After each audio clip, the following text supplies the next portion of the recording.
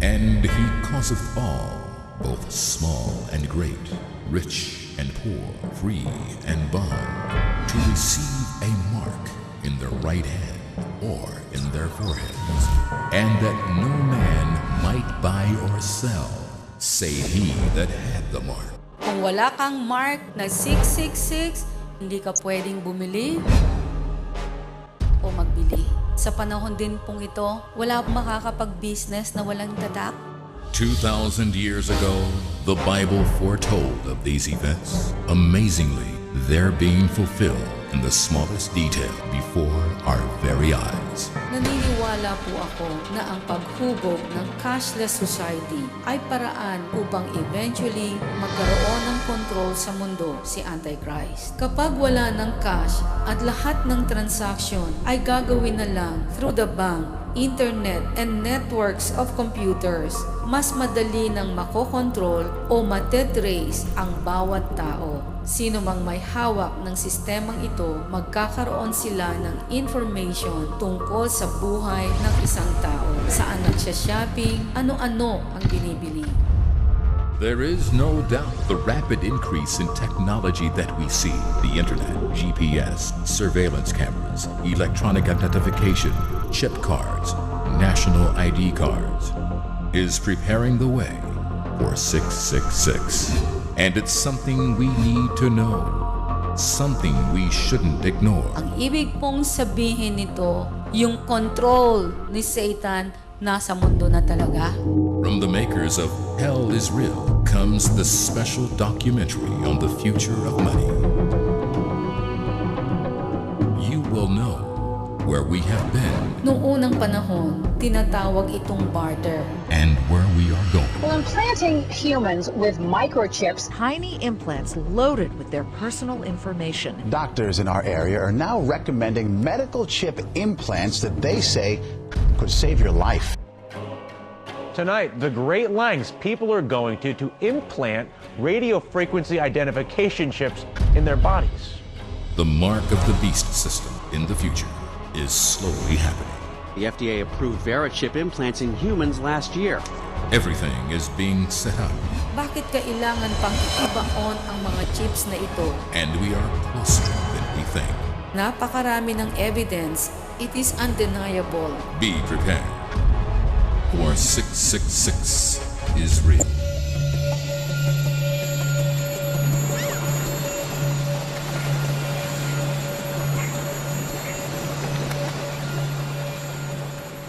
Nung minsan, nakot ang attention ko sa isang fishman na ini-interview sa TV. Parang nadurog ang heart ko nung sinabi niyang 8 oras siyang nakababad sa laot at initan, ngunit 8 maliliit na isda lamang ang ipinakita niyang nahuli niya.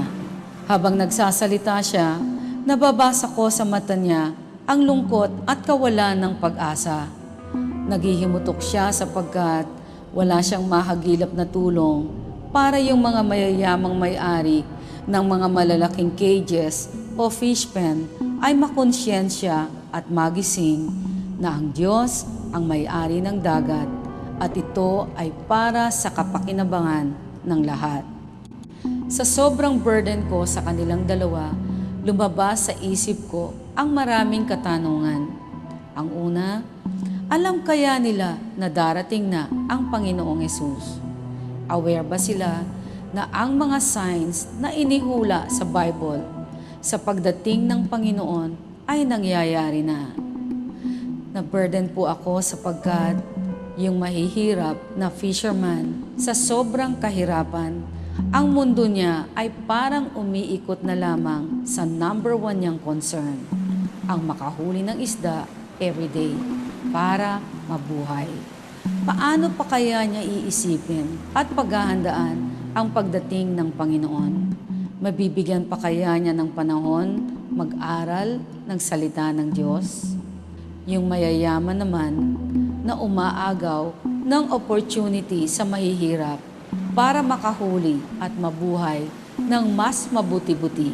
Alam kaya nila na hindi sila bubuhayin at isa-save ng dami at laki ng mga cages nila. Alam kaya nila na kahit okupahin nila ang buong dagat at makuha ang lahat ng yaman nito, baliwala lahat ito kapag dumating na ang Panginoong Hesus anytime, nakasama ang hustisya niya. Ang dalawang uri ng mangingisdang ito ang sumasalamin sa dalawang uri ng tao sa mundo, ang mahirap at ang mayaman. Ano man po kayo rito, ang documentaryng ito ay buong puso naming hinahandog gawa ng pagmamahal namin sa inyo.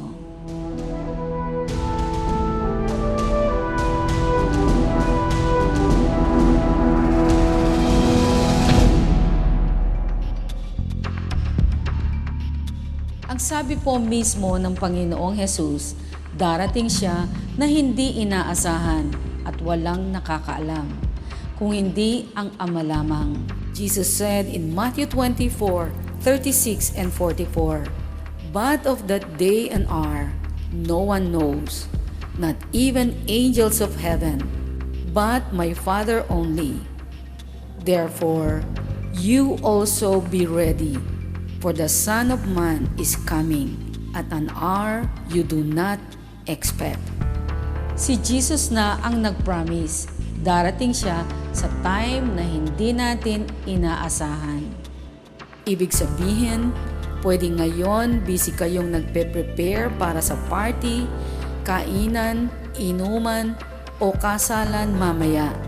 Pero wala kayong consciousness o awareness na any moment habang nagbibihis kayo, nasa sasakyan kayo, o naglalakad kayo, pwede ring super excited ka sa isang business meeting o anumang personal na interest mo, pero nagsusuklay ka pa lang ng buhok mo. Pwede nang dumating ang Panginoon. The big question is, ready ka ba? Makakasama ka ba? Alam mo ba ang mangyayari sa iyo kapag naiwan ka sa pagdating ng Panginoong Hesus?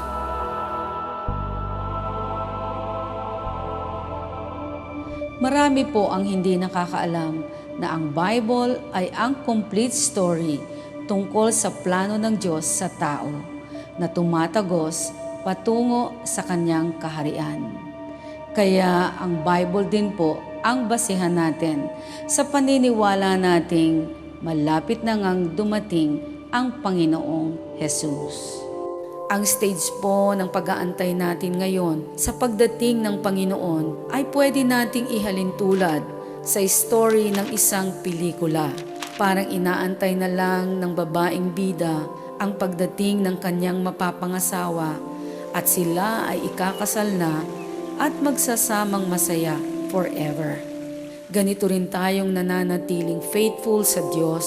Inaantay na lang natin ang Panginoong Hesus ngayon para tayo'y kunin anytime as His bride. Dapat po nating maintindihan na since ang Bible ay parang story sa isang pelikula, mayroon din itong mga segments. Ang bawat segment ang magbibigay sa inyo ng clue or hint kung ano na ang susunod na mangyayari. Pa-ending na ba ito o hindi pa? As believers of Jesus Christ, dapat po tayong maniwala na darating na ang Panginoon sapagkat marami ng segment sa Bible ang natapos na. Makinig po kayong mabuti. Every 2,000 years, mayroong special segment o major event sa plano ng Diyos. Approximately 4,000 BC, na-create si Adam and Eve. After Adam and Eve, another major event ang nangyari. 2000 BC, ipinanganak si Abraham. Siya ang father of faith natin at ng Jewish people. 2,000 years later, ipinanganak naman si Jesus. Siya naman ang author and finisher of our faith. Siya rin ang Savior natin. Simula ng birth ni Jesus, ang sumunod na 2,000 years ay nung sinelebrate natin ang New Millennium, nung year 2000. Kaya po tayo nag-e-expect ngayon ng major event sa generation natin sapagkat kumbaga sa pelikula, ang next segment mula sa life ni Jesus here on earth ay ang pinaka-climax na sa story sa Bible. Ito ay ang pagdating niyang muli para dagitin o kunin ang mga believers na mangyayari sa isang hisap mata lamang. Wala na po kasing natitirang story o climax sa Bible na susunod after the resurrection and ascension of Jesus, kung hindi ang muli niyang pagdating. Kaya dapat po tayong maniwala na anytime darating na siya. Dapat din po tayong maghanda para hindi po tayo mailigaw ng kaaway.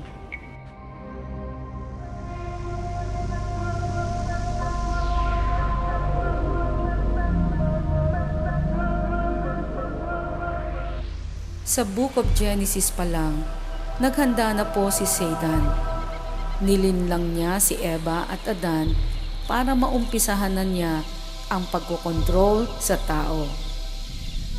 Ngayon naman, wala pong kamalay-malay ang maraming tao na ang gobyerno ni Satan ay matagal nang nakaporma dito sa mundo.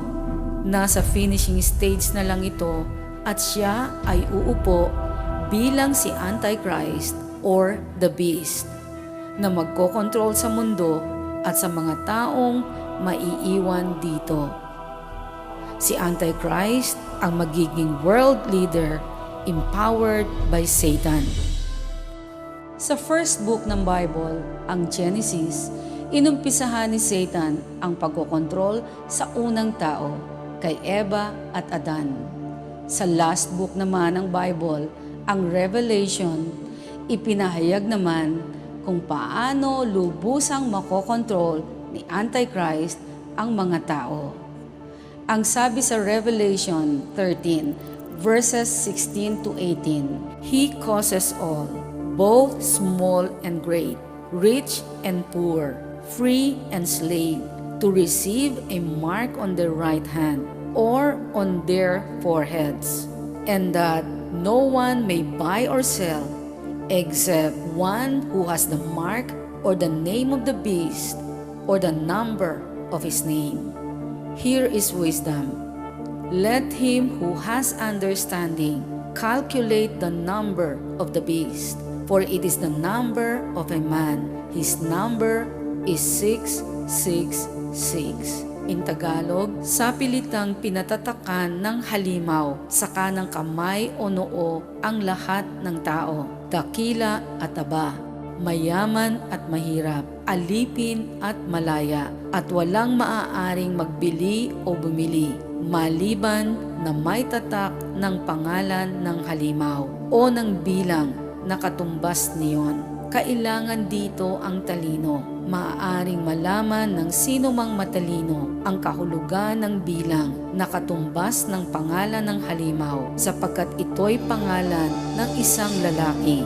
Ang bilang ay 666. Sa verse 16, ang mga salitang sa pilitang pinatatakan, walang maaaring magbili o bumili ay salitang pagkokontrol. Maliwanag dito na dadating ang araw na ang may tatak lamang ng number 666 ang makakapagtinda o makakabili. Isa ito sa magiging buhay ng mga taong magpapailalim kay Antichrist. As Christians, naniniwala po tayo na ang 666 ay hindi lang isang kathang-isip, kung hindi isa itong realidad, sapagkat ito ay inihayag sa Bible. Ang 666 ay isang reality na haharapin ng sino mang patuloy na susuway at maiiwan sa pagdating ng Panginoon. So time will come, hindi pwedeng bumili o magbili na walang tatak na 666. Kapag sinabing pagbili, magbili, buying and selling, involved dito ang money. Sa atin pong pagpapatuloy, gusto kong i-present sa inyo ang natatanaw ko kung paano tatagos sa mark of the beast ang present buying and selling natin ngayon. Gusto ko pong umpisahan natin ito sa pagbibigay ng background tungkol sa pinanggalingan ng first money.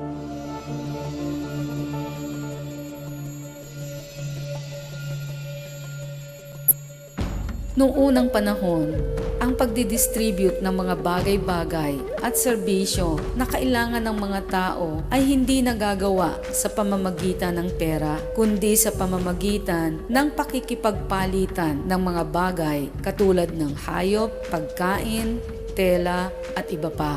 Tinatawag itong barter. Pero hindi ito nagtagal kasi na-realize nila na mahirap mag-transact ng business sa ganitong sistema. Kasi kailangan palaging magkatugma ang gusto ng dalawang taong nakikipagpalitan. Kaya sometime in the 7th century, naisip nilang gumamit ng precious metals, gemstones, gold, and jewelries. Dito nagsimula yung first coins. Ang first paper money naman ay naimbento sa China. Ang pinaka-famous Chinese na nag-issue ng paper money ay si Kublai Khan, who ruled the Chinese Empire in the 13th century. Nagkaroon lamang ang Europe ng paper money much later than in Asia because Europe didn't have paper till 1151 AD. Nung naging available na ang paper, nag-umpisa na ang pag-iiwan ng mabibigat na coins sa mga merchants kapalit ang handwritten receipts. Ang first banks naman ay pinaniniwalaan ng mga historians na pinamamahalaan ng goldsmiths in the Middle Ages. During that time, ang yaman ng mga tao ay nasa form of silver and gold.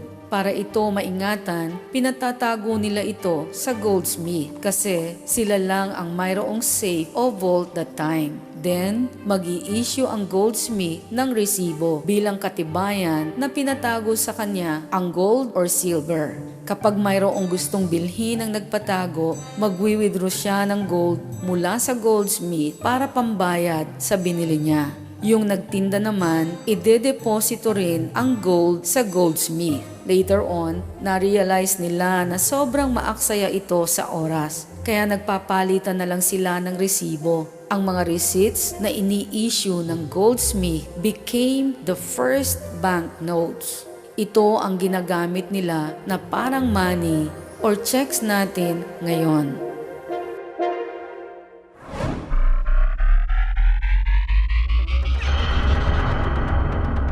Sa paglipas ng taon, ang banking system has improved a lot. Nag-improve ang banking transactions gawa ng pag-i-improve ng technology at ang pagkakaroon ng computers. Nagsimula ang electronic banking nung na-discover ang paggamit ng mga ATM or automated teller machines at ng mga credit cards. Ang first ATM machine ay naimbento noong 1939. Ginagamit ang ATM machine sa pamamagitan ng isang plastic card na pinapasok dito. Ang plastic card na ito ay mayroong magnetic stripe or plastic smart card na mayroong chip. Sa chip nakatago yung card number at ang ilang security information. Para maka-withdraw ng pera, kailangang i-verify ng cardholder ang kanyang identity sa pamamagitan ng PIN number o Personal Identification Number. Sa ngayon, ang ATM ay magagamit din sa pagbabayad ng bills tulad ng Meralco, PLDT, cable, insurance, taxes, cellphone load, fees sa credit cards, pati sa mga donations sa mga charitable institutions.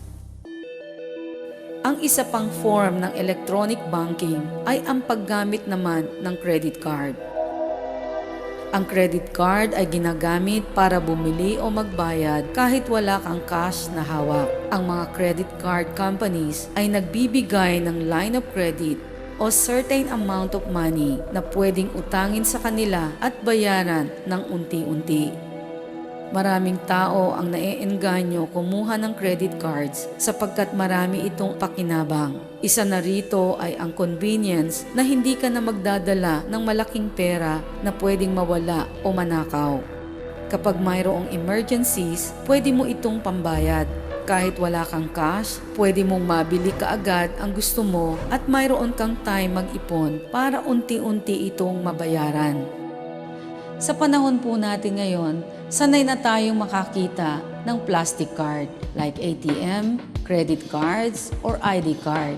Pero marami ang hindi nakaka-realize na patungo na tayo sa tinatawag na cashless society. Ibig sabihin, nakapasok na tayo sa mas pinalawak at mas pinabibilis na system ng buying and selling o pagkokomersyo na wala po tayong hawak na pera. How? Sa pamamagitan ng e-commerce.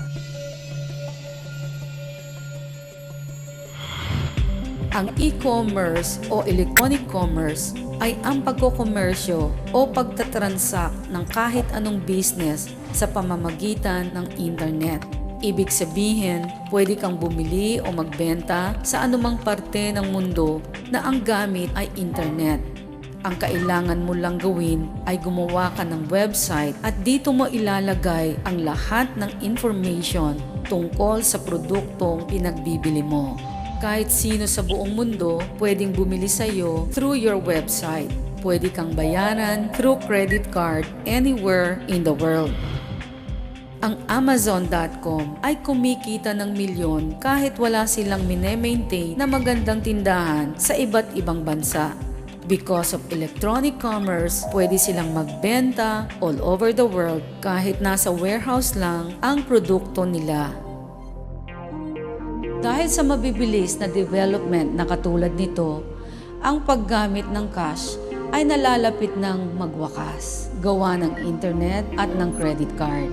Ibig sabihin, papalapit na tayo ng papalapit sa sinasabi sa Book of Revelation na darating ang araw na ang may tatak lamang na number 666 ang pwedeng makapagtinda o bumili.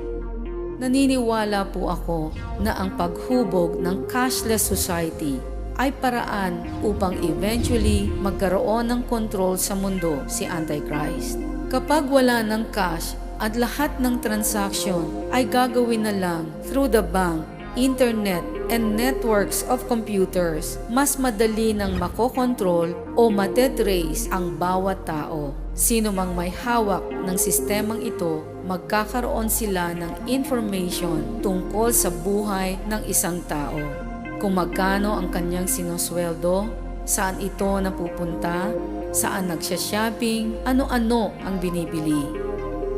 Posible ba talaga na mawala cash? Ang totoo, hindi lang po ito posible. Inihula na itong sa Bible. Kaya sigurado tayong ito ay mangyayari. Ang mga sumusunod na technology in terms of buying and selling ay tumuturo na doon na nga tayo papunta.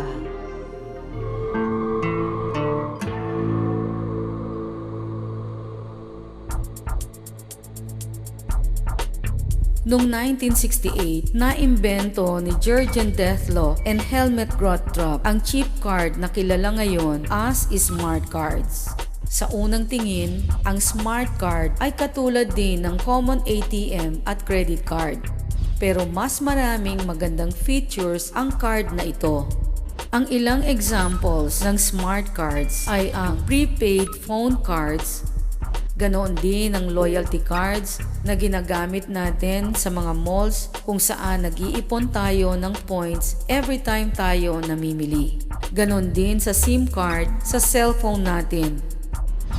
Dahil sa laki ng information na mai-store sa smart card, almost all of the major institutions sa society ay gumagamit na nito. Ang official identification card ng Eastern Illinois University na tinatawag na Panther Card ay may tagline, "One card does it all." Kasi hindi lang ito ID, pwede itong gamitin na pambili, Pwede rin itong gamitin as ATM card, library card, at iba pa.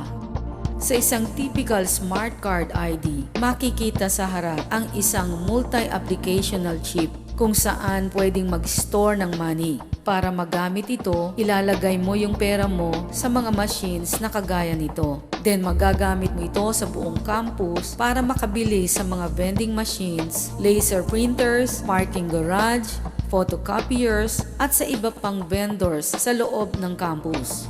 In Florida State University, there are over 40 cash-to-chip machines na nakakalat sa buong campus. Isa pa, nakalink na rin ang school nila sa bank. Kaya yung ID nila pwede na rin gamitin na parang credit card.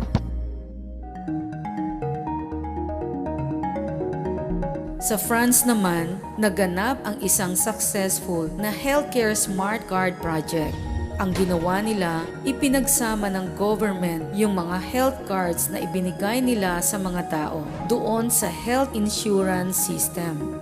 Naging successful ito kasi yung mga information tungkol sa patient, yung mga medical records, pati mga gamot na nireseta ng doktor ay pinadadala through electronic transfer.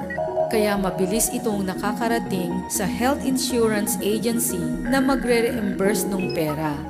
Before kasi, nung wala pa itong smart card na ito, umaabot ng 2 buwan yung process bago makuha ang health benefits sa French government. But because of the smart cards ngayon, yung process ay 2 days na lang kasi pwede na rin itong gawin sa doctor's office mismo. Sa ngayon, over 50 million use this card. Sa Germany naman, almost 70 million health insurance customers receive a Health Smart Card. Sa Taiwan, naging successful din ang kanilang Health Smart Card. Although maganda ang technology ito because of convenience at kahit iba-iba man ang ilang features ng mga cards na ito, mayroon po silang pagkakapare-pareho na dapat nating bigyan ng pansin. Una ay ang pagbabawas ng cash sa kanilang system. Dahil sa nagiging convenient ang pagbabayad at pagpaprocess ng papers, yung mga may ayaw nito sa simula ay nako-convince na rin later on. Naniniwala rin po ako na ganito rin ang mangyayari kapag nagro-rule na si Antichrist. Dahil sa maayos na sistema na kanyang ipapatupad, magiging parang sira ang ulo mo kapag kumontra ka dito. Magmumukha ka rin katawa-tawa sa mundo. Ang pangalawang pagkakapareho ng mga cards na ito ay ang pagiging mandatory ng system para sa lahat. Ibig sabihin, kung gusto mong pumasok sa school o magpagamot sa ospital, obligado kang gamitin ang card. Hindi pwedeng hindi ka gagamit nito at magpapailalim sa kanilang sistema. Ang isa pang pagkakapareho ng mga cards ay bawat tao na gagamit ng ID ay mayroong equivalent na number ang identity sa database ng either school or healthcare system. Maaring sa paningin po natin, this is just ordinary. Pero naniniwala ako na ang pagkoconnect ng schools, hospitals, banking systems, and other institutions, pati na ang pagbabawas ng paggamit ng cash ay ang pinakamalapit na senyales para matupad ang inihula sa Revelation 13 na time will come, hindi ka makakabili o hindi ka makakapagtinda kung wala kang numero o yung mark of the beast. Kung hindi pa po kayo kumbinsido, makinig po kayong mabuti. Noong September 2001, ang Government of Malaysia ay nag-launch ng first multi-purpose smart identity card na tinatawag nilang MyCAD. Ang card na ito ay compulsory mula sa age of 12 sa lahat ng citizen nila. It serves as identification card na gumagamit ng chip and biometrics identification technology. It also functions as a driver's license, public key infrastructure, e-cash, Ganoon din as ATM card. Ang passport at health information ay nandito rin at magagamit rin ito as a touch and go card na ginagamit sa mga public toll fare systems.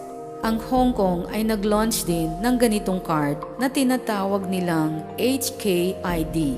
Mula naman sa age of 11, required na ito sa lahat ng residents nila.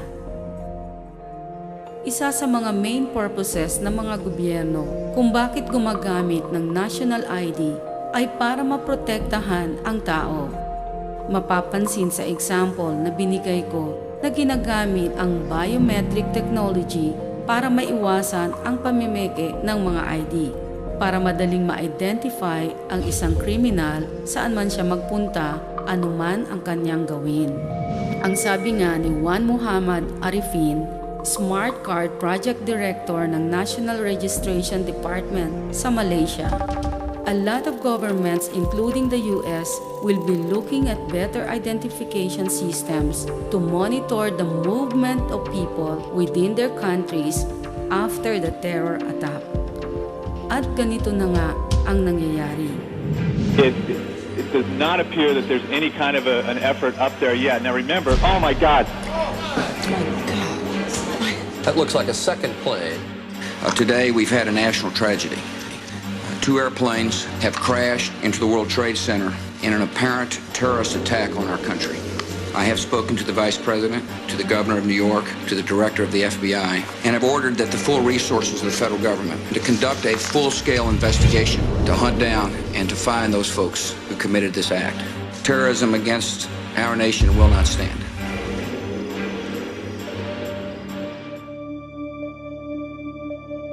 But what really Congress needs to do is to use a biometric technology to create a new tamper-proof identification card. We need a tamper-proof card. If you're here legally working, here's your card, and you got to show it.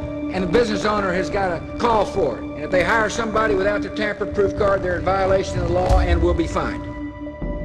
Noong May 11, 2005, naipasa sa US Congress at pinirmahan ni President Bush ang tinatawag na Real ID Act. Nakasaad sa batas na ito na para maiwasan ang terrorism, kailangan bawat state sa Amerika ay gawing pare-pareho na yung mga requirements sa pagbibigay ng driver's license at ID cards. Kasi sa Amerika, ang mga driver's license ay ini-issue ng kanya-kanyang states imbes ng federal government, kaya iba-iba ang driver's license nila. Nung nangyari yung World Trade Center attack, na-discover nila na karamihan ng mga terrorist ay gumagamit ng fake IDs and driver's license. Kaya sa batas na ito, nagbigay ng mahigpit na guidelines at requirements ang federal government na dapat isubmit bago mag-issue ng license. Sa mga nagtatanong, anong masama sa National ID Card? Ang malaki pong problema dito ay yung sinasabi ng mga privacy advocates na ang National ID ay magbaviolate ng privacy ng isang tao. Why? Kasi magagamit po ito para mapagsama-sama ang mga personal information tungkol sa isang tao. If we have a national database as described in the legislation that Congress enacted, then someone is going to have one key to all of your data. Imagine how easy it would be to compromise that. The expense of Real ID is not the only problem with the law. I have serious concerns that it places Americans' privacy and security at risk. Ang mas nakakatakot pa dito kung ito ay tuluyang maipapatupad na by May 11, 2008 kung wala kang bagong ID at di ka susunod sa bagong system na nire-require nila.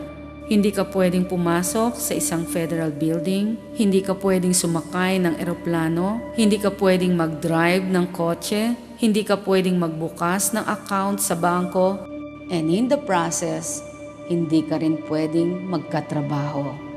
Sa panahon ngayon, paano magpa-function ang isang tao sa modern society if he cannot drive, fly, hold a job, or have a bank account? Kung hindi ka pwedeng magtrabaho or have a bank account, how much buying and selling will you be able to do?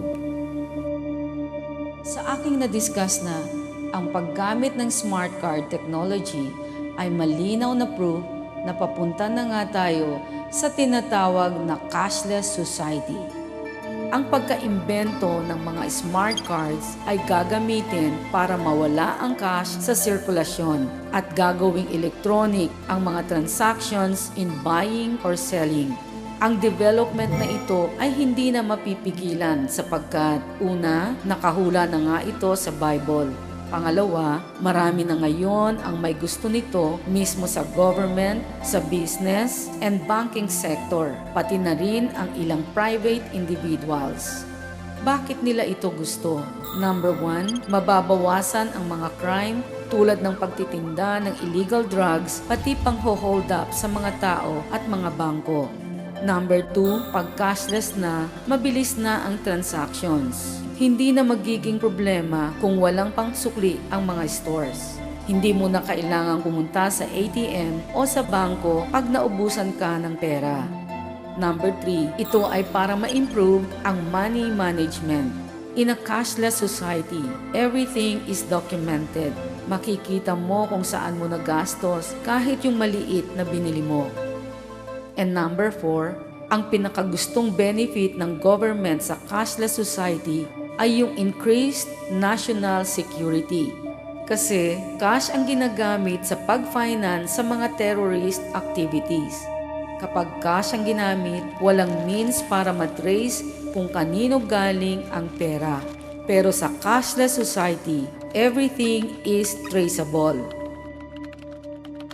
Sa tindi po ng banta ng terrorist attacks, ganun din ang crimes, kidnappings, stealing, and killing sa mundo, kasama na ang conflict sa iba't ibang bansa at religions. Parang ang natitirang solusyon na lang para magkaroon ng peace at protection ay ang pagtatrack sa mga tao sa lugar, kilos sa mundo.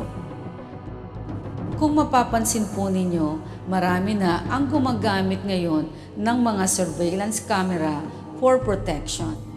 Common na ang mga cameras sa airports, department stores, sa banks at kahit sa mga small businesses para maiwasan ang pagnanakaw. Kahit sa mga streets ngayon, naglalagay na rin ng mga cameras to protect people and maintain order. May mga tracking devices na rin ngayon na nilalagay sa mga sasakyan para maiwasan ang pagnanakaw. Sa pamamagitan ng Global Positioning System or GPS technology, pwede kang matrack o matrace kahit saan ka pumunta. Sa Amerika, ginagamit na rin ito ng mga rent-a-car business at iba pang may-ari ng mga kumpanya para matrack ang kanilang empleyado kung saan pumupunta sa oras ng trabaho. Marami po ang hindi nakakaalam na mayroon na ring tracking capability ang laser printers na common nating ginagamit. Mayroong mga printer companies ang secretly na naglalagay ng serial number by using dots sa bawat document na hindi nakikita ng naked eye. Governments, including the United States, already use the hidden markings to track counterfeiters. Ang isa pang nakakagulat, even the pictures we take with our digital camera and also the CD that we burn on our PC using the right equipment and software can be trailed back to you. Ang totoo, mayroong kapalit ang security at convenience na naibibigay ang surveillance power technology na mas pinatitindi pa ngayon. Ito ay ang ating privacy. So anong problema dito? Well, ang loss of privacy means more control for the government. Ang isang government o company ay magkakaroon ng potential na makita ang lahat ng transaction na iyong ginagawa.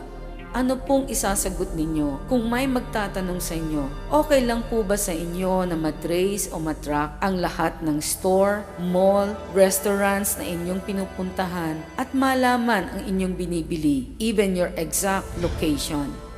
Posible ba itong mangyari?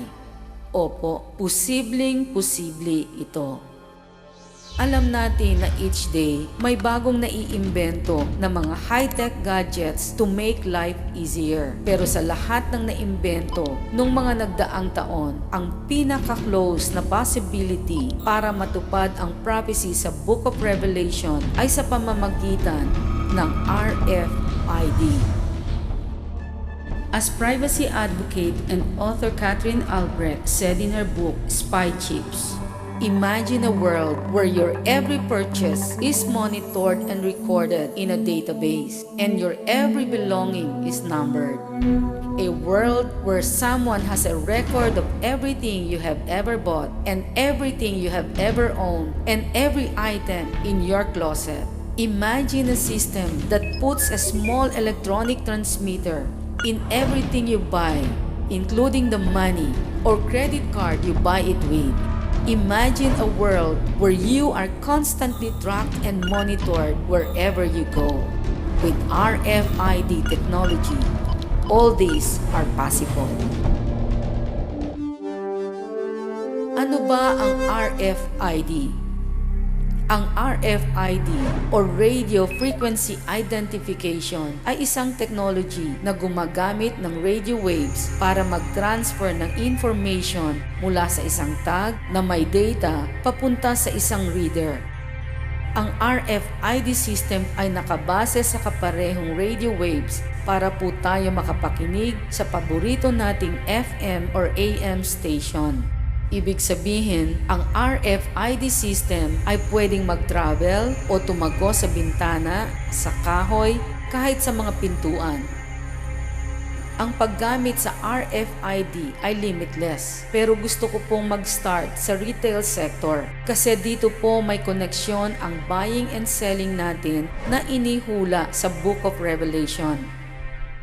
Noong October 1999, si Kevin Ashton, isang brand manager sa Procter & Gamble, together with Professor Sanjay Sarma from the Massachusetts Institute of Technology, founded the MIT Auto ID Center, isang organization na nagre-research at nagde-develop para magamit ang mga RFID tags sa industry. Ang Auto ID ay gumagawa ng numbering scheme called EPC or Electronic Product Code na nagpo-provide ng unique o walang kaparehong serial number sa kahit anong produkto. Sa barcode, ang bawat kahon ng dilata ay isa lamang ang serial number. Pero sa RFID, bawat produkto ay may kanya-kanyang serial number na walang kapareho. Ang ultimate goal nila ay para mag-create ng physically linked world kung saan ang bawat item dito sa mundo ay mayroong number na pwedeng ma-identify at ma-track. Sa warehouse pa lang, makikita na ang convenience nito kaya maraming oras ang matitipid. Trackable din ito kaya pati ang shipment ay madaling malaman kung nasa tamang lugar at tamang oras ito. Pagdating naman sa store o grocery, kada kuha o bili ng tao sa item, malalaman kagad sa database na ubos na ang stock at marerefillan nila kaagad yung mga shelves. Kaya gusto talaga ito ng mga retail companies dahil nalulugi sila ng around 6 billion a year dahil lamang sa mga out-of-stock items. Sa Germany, makikita natin yung sample na ginawa nila on how we will shop in the future. Ang Metro AG Group is Germany's largest retailer and the 5th largest in the world. Metro operates more than 2,300 retail stores in 28 countries. Nilaunch nila kasama ang iba pang kilalang companies yung tinatawag nilang Future Store Initiative para itong test lab sa mga technology na gusto nilang i-implement in the future. Kapag pumasok ka sa store na ito, makikita ang mga high-tech na gadgets na hindi malayong magamit din natin in the future. Gagamit ka ng tinatawag na personal shopping assistant. Una, i-scan mo yung loyalty card mo, then lalabas doon yung mga kailangan mong bilhin. Since RFID enabled yung card, Bawat lagay mo ng product, automatic na itong lalabas sa screen. Bawat produkto na bibilhin mo ay mayroon ding RFID tag. Kahit mga fruits like banana ay magkakaroon ng serial number. Kapag gumagamit ka ng smart scale sa pagtimbang, pipicturean nila yung napili mong fruit. Then automatic, lalabas na yung tag na may RFID. Pagdating sa checkout counter, hindi na kailangang isa-isahin pa ang bawat produkto na nasa cart mo. Pag dumaan ka sa reader, automatic na itong mako-compute, making the transaction faster and more efficient. Bibigay mo lang ang credit card mo, then tapos agad. Hindi po ba napakaganda ng technology nito? Pero napakaraming privacy advocates, hindi lang sa Amerika, kung hindi sa buong mundo, ang nagbabantay mabuti sa plano ng mga malalaking retailers tungkol dito. Ang fear kasi nila, baka daw magamit ang mga traceable tags na ito, hindi lang sa mga produkto, kung hindi pati na rin para masundan ang mga tao. According to Catherine Albrecht, author of the book Spy Chips, RFID tags can be read from a distance, right through your clothes, wallet, backpack, or purse without your knowledge or consent by anybody. Saan ka man naroroon, basta may tamang reader device, pwede itong mabasa na hindi mo alam.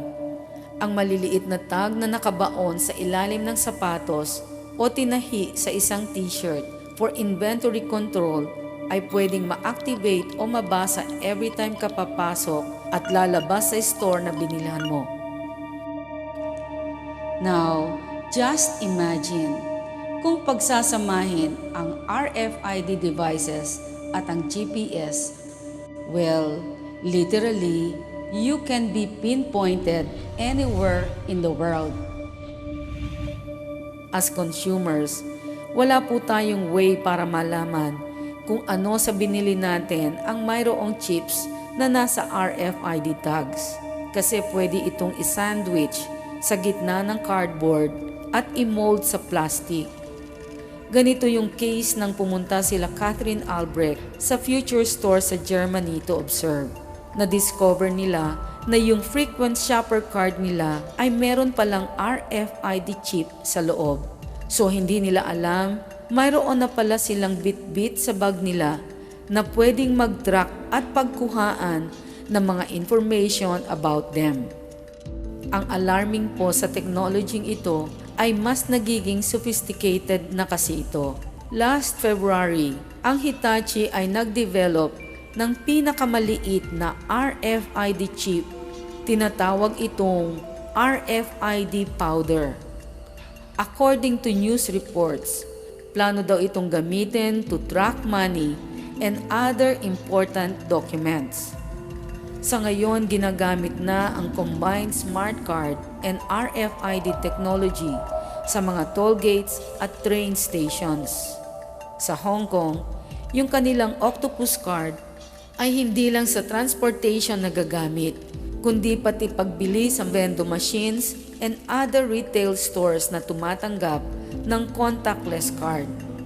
Kahit hindi na nila ilabas sa wallet yung card, basta nasa range ng radio frequency, magagawa na ang transaction. RFID is also used in cars, hospitals, libraries, museums, and big retail stores sa Amerika like Walmart and Target. May ilang mga bansa na rin ang mayroong RFID sa kanilang passports. Kung mapapansin ninyo, nagsisimula ng magdugtong-dugtong ang lahat. Pansinin din po ninyo ang unti-unting pagkakapareho ng sistema ng government, ang kanilang national IDs and health cards. Ganon din ang banking sector, ang kanilang credit at debit cards. Ganon din ang mga schools, private companies, hospitals, malls, and groceries.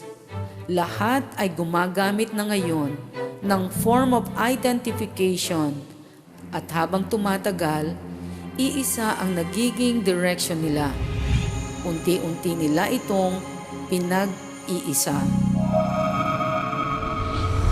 Naniniwala po ako na it is just a matter of time at ang pagkakaisang ito ay mangyayari sa buong mundo sapagkat bawat bansa ay magkakakonek sa gobyerno, militar, sa ekonomiya o bangko.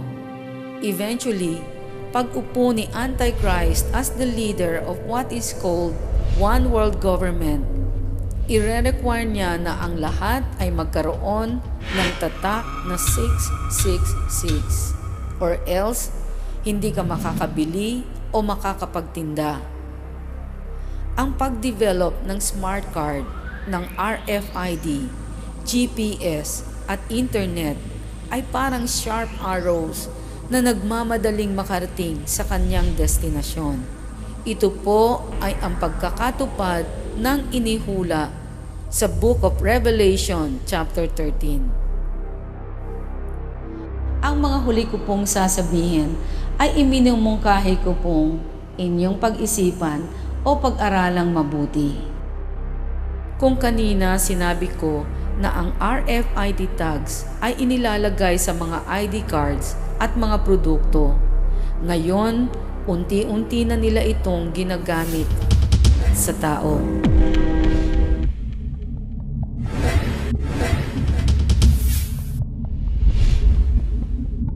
There's a new attraction for clubbers. It means they have no need for cash or cards. Well, implanting humans with microchips sounds like a scheme from a science fiction thriller. That futuristic technology is here. The FDA approved VeriChip implants in humans last year. Tonight, the great lengths people are going to implant radio frequency identification chips in their bodies. Revelation 13:16-18 says, He causes all, both small and great, rich and poor, free and slave, to receive a mark on their right hand or on their foreheads, and that no one may buy or sell except one who has the mark or the name of the beast or the number of his name. You see, 2,000 years ago pa, inihula na sa Bible ang mga events na ito.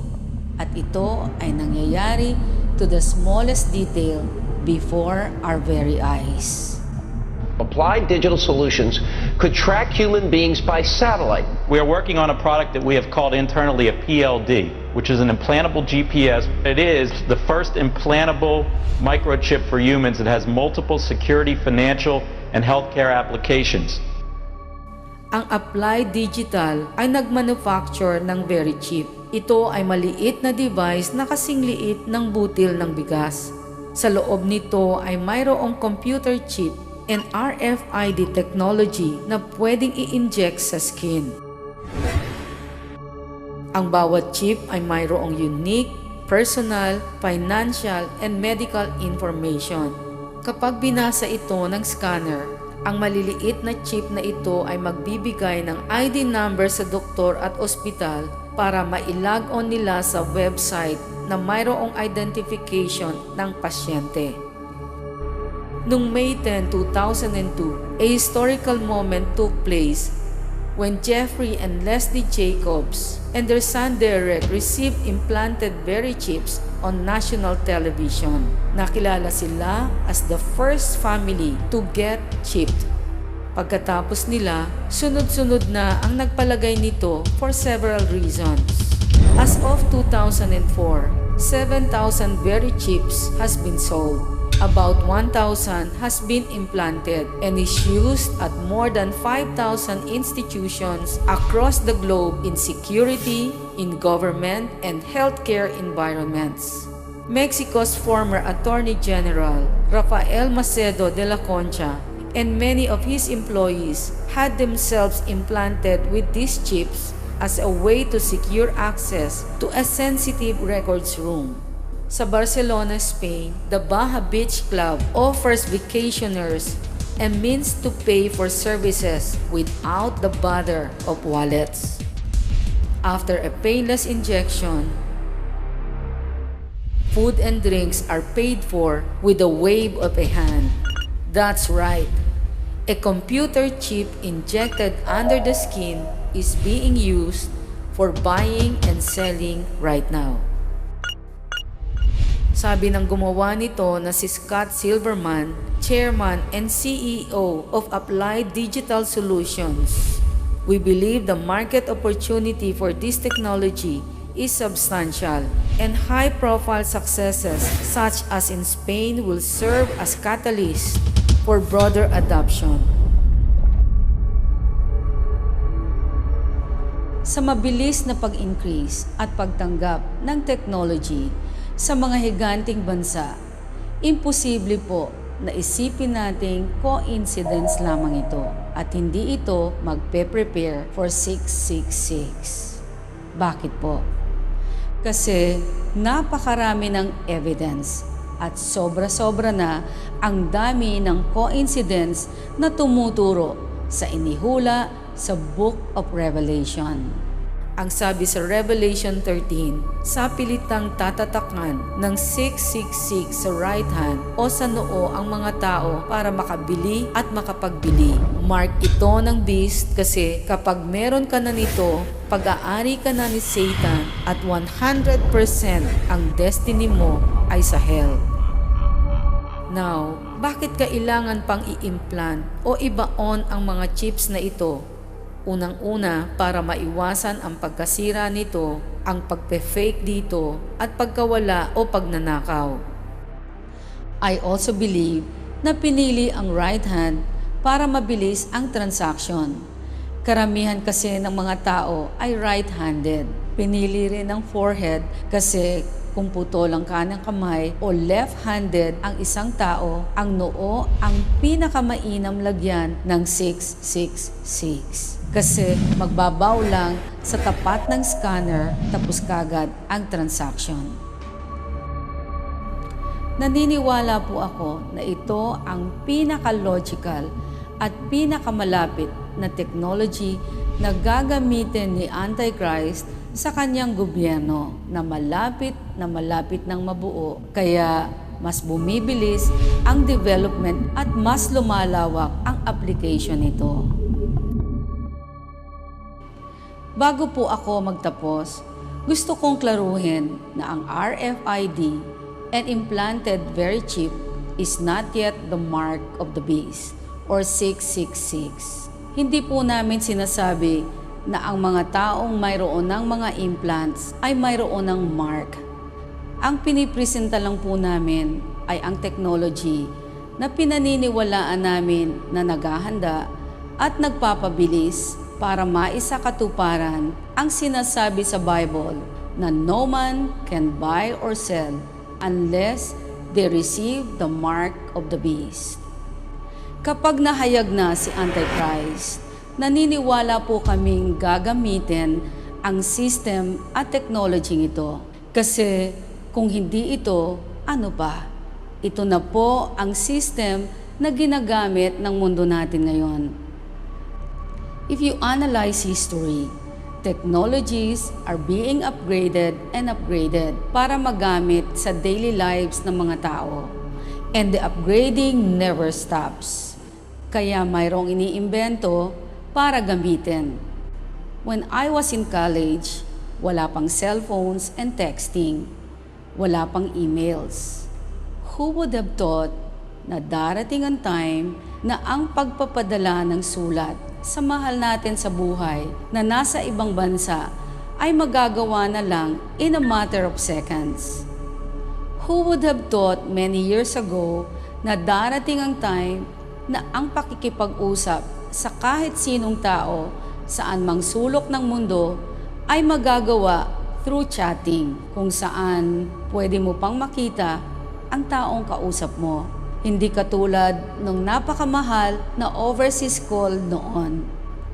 Who would have thought na darating ang time na halos lahat ng tao, kahit sa naghihirap na bansa, ay mayroong cellphone, na dati ay para lang sa mga businessman at mayayamang tao.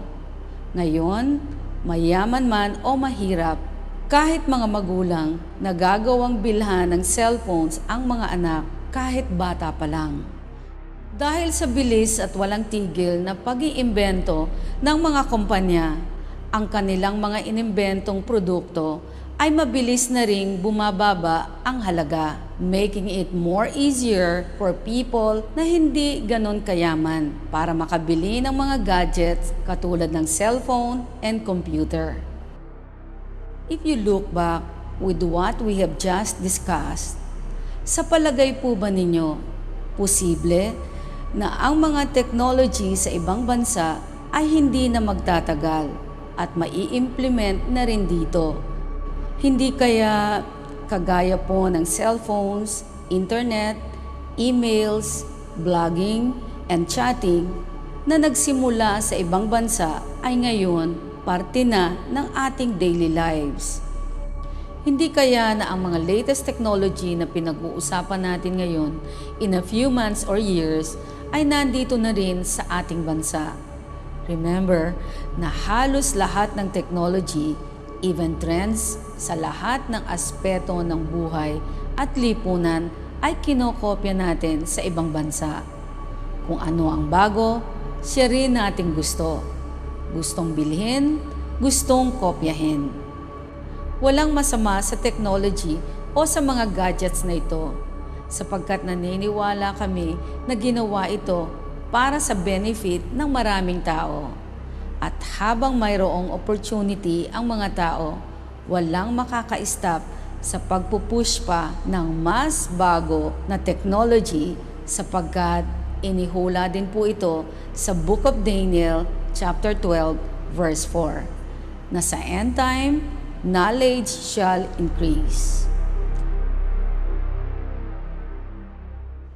Ang documentary pong ito ay ginawa namin sapagkat bilang isang Christian, ang payo ng Panginoong Hesus ay mahalin ang kapwa katulad ng sarili at maging watchful o mapagbantay sa nalalapit niyang pagdating. Binigyan niya po tayo ng mga signs na nangyayari at nakikita na. Ang sabi niya, once we all see this, we know that His coming is near. Ang totoo, ang inihayag ko po sa inyo ay katuldok pa lamang sa dami ng mga inihulang mga signs na nangyayari na. Kaya minumungkahi po namin na kung nandito na ang mga signs, kailangang maghanda na tayo, spiritually and seriously.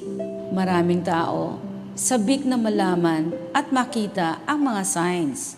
Pero ang nakakalungkot, pagkatapos na ito ay makita, natakot lang. Pero walang naging pagbabago sa buhay. Ang bottom line ay, mawawala ng bisa ang alam natin sa mga precious information na ganito. Kung di naman po tayo magkakaroon ng mas malalim na concern sa atin po mismong kaluluwa at sa ating kapwa. Well, napaka-precious po sa Panginoon ang kaluluwa. Kaya kahit busy at mahirap ang takbo po ng buhay natin, hindi lang ito ang dapat na pinag-uukulan ng pansin. Dapat hindi nawawala sa ating isip na ang buhay dito ay mayroong hangganan. Pero ang ating mga kaluluwa ay mabubuhay forever. Kaya ang main goal po namin sa documentary ito ay hindi lamang po magbigay ng information, kung hindi para mabigyan po kayo ng awareness at ng chance na makapaghanda. Ang totoo, pinaghirapan po namin ang pagbubuo o pagpipresent ng documentary ito para lamang makonvince kayo at ang sino mang makakapanood nito na hey, darating na ang Panginoon. Kailan pa tayo magseseryoso sa Kanya? Well, dalangin po namin na ang mga ibinahagi namin ngayon ay mananatili sa inyong isip. Hindi parang dagdag na information lamang para maipagsabi. Kung hindi ang awareness palagi sa importansya ng paghahanda. Ngayong alam na po natin na malapit nang dumating ang Panginoon, sabay-sabay po sana tayong maburden at magtulungan sa pagsishare ng truth na ito para po marami tayong mawin na kaluluwa sapagkat ito po yung number 1 sa puso ng Panginoon. Kaya inialay po niya ang kanyang buhay sa cross para mailigtas ang maraming kaluluwa na naliligaw ng landas. Kung sa tingin po ninyo, isa kayo sa naliligaw pa at hindi pa siguradong makakasama sa pagdating ng Panginoon, sambitin lamang po ninyo ang maikling panalangin ito mula sa inyong puso. Salamat, Panginoon. Kinatagpo mo po ako ngayon. Gusto ko na pong magbago. Patawad po sa marami kong kasalanan at pagkukulang sa iyo. Linisin mo po ako ng banal mong dugo na nabuhos sa cross ng Kalbaryo. Huwag mo po akong iiwan ng iyong espiritu at inaalay ko po sa iyo ang aking buhay. Panginoong Jesus, ikaw lamang ang itinuturing kong Diyos at tagapagligtas ng aking buhay. Ito po ang aking dalangin sa pangalan ni Jesus. Amen.